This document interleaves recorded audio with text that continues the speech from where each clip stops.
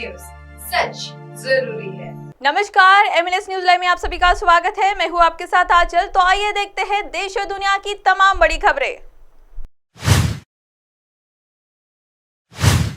Hamas पर प्रस्ताव को लेकर आलोचना का सामना कर रही है कांग्रेस। बीजेपी को वाजपेयी का भाषण दिलाए याद।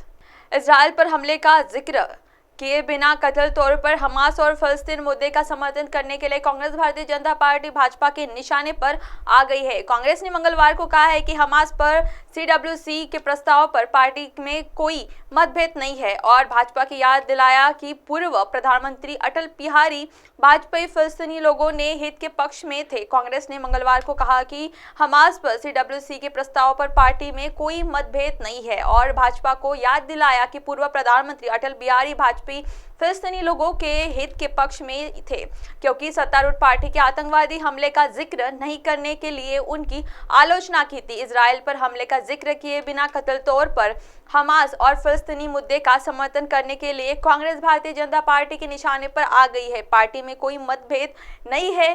गोगोई लोकसभा में कांग्रेस के उप नेता गौरव गोगोई ने कहा है कि सीडब्ल्यूसी दस्तावेज पर पार्टी के भीतर कोई मतभेद नहीं है, जिसमें बातचीत के माध्यम से फिलिस्तीन मुद्दे को समाधान का समर्थन किया गया है। भाजपा लोगों का ध्यान भटकाने और चुनाव टिकट विवरण को लेकर पार्टी में चल रही दरार से ध्यान भटकाने को कोशिश कर रही है।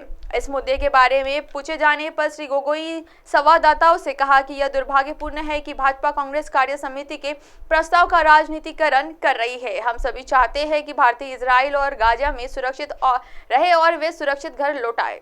आइए बढ़ते हैं अगली खबर की ओर।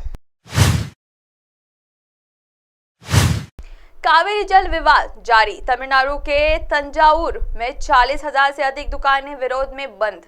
कावेरी जल विवाद लगातार बढ़ता जा रहा है, जिसके बाद कई जगह विरोध प्रदर्शन और बंद भी देखने को मिल रहा है। आज तमिलनाडु में तंजावुर जिले में 40,000 से अधिक दुकानें बंद है। कावेरी डेल्टा संरक्षण आंदोलन के सिंचाई के लिए पर्याप्त पानी जारी करने के कर्नाटक सरकार की विफलता के विरोध में बंद का आह्वान किया गया है। कावेरी जल विवाद पर विरोध के संकेत के रूप में आज तमिलनाडु के तंजावुर जिले में 40,000 से अधिक दुकानें बंद है। तमिलनाडु को कावेरी का पानी देने से इनकार करने पर कर्नाटक सरकार और पानी नहीं देने पर केंद्र सरकार के खिलाफ कावेरी बेसिन संरक्षण गठबंधन की ओर से पूर्व नाकाबंदी विरोध प्रदर्शन किया जा रहा है। कावेरी डेल्टा संरक्षण आंदोलन ने सिंचाई के लिए पर्याप्त पानी जारी करने के कर्नाटक सरकार की विफलता के विरोध में बंद का आह्वान किया है। कावेरी डेल्टा संरक्षण आंदोलन ने सिंचाई के लिए पर्याप्त पानी जारी करने में कर्नाटक सरकार की विफलता के विरोध में बंद का आह्वान किया है। वहीं दूसरी ओर कावेरी जल मुद्दे पर किसान संघ ने नागापट्टिनम में विरोध प्रदर्शन का आह्वान किया है।